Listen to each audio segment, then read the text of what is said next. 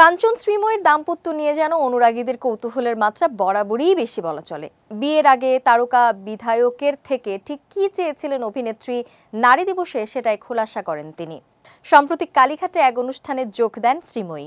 সেখানে তিনি বলেন, আমিও উত্তর কলকাতার রক্ষণশীল পরিবারের মেয়ে। আমার বাড়িতে আমার মা এত প্রেস মিডিয়া সোশ্যাল মিডিয়া দেখতে অভ্যস্ত নন।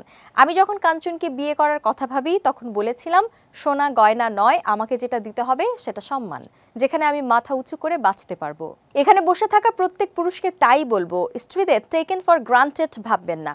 আর বলবো, কোনো ঘটনা ঘটলে ফেসবুকে না লিখে রাস্তাঘাটে যখন ঘটনা ঘটে তখন এগিয়ে যান, চিৎকার করুন। কিছু ঘটে যাওয়ার পর মোমবাতি মিছিল করে লাভ নেই। সকলের কাছে আমার বিনীত আবেদন, মান আর হুঁশটাকে বাঁচান, কারণ আমরা মানুষ।